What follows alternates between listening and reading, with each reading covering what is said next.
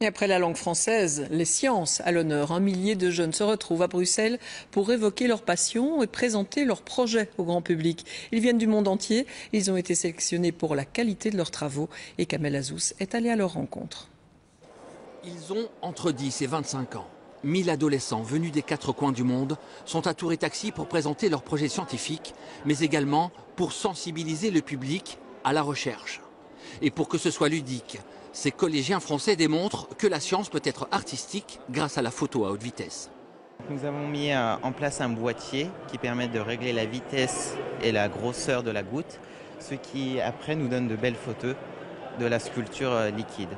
Donc ce projet a été mis en place afin de voir que la science aussi peut être visuellement artistique et beau à voir. Le résultat, des fois, il peut être beau, mais il y a des heures et des heures de travail derrière. Donc voilà, c'est pour les sensibiliser à cette notion-là.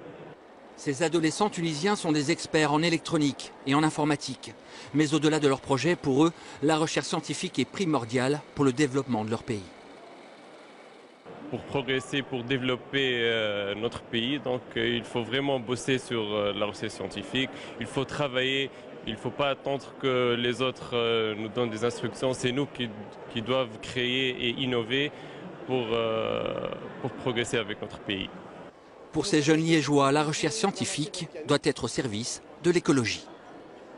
Ça consiste à filtrer les eaux usées provenant de maisons ou entreprises par des plantes justement et des bactéries qui vont décomposer la matière organique et on peut la réutiliser simplement pour arroser une culture, la renvoyer dans les maisons.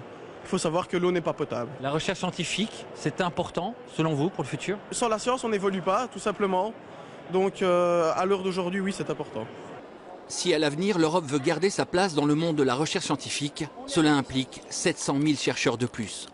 Ces adolescents ont tous remporté un concours dans leurs pays respectifs pour être présents aujourd'hui. Ils seront peut-être les scientifiques de demain.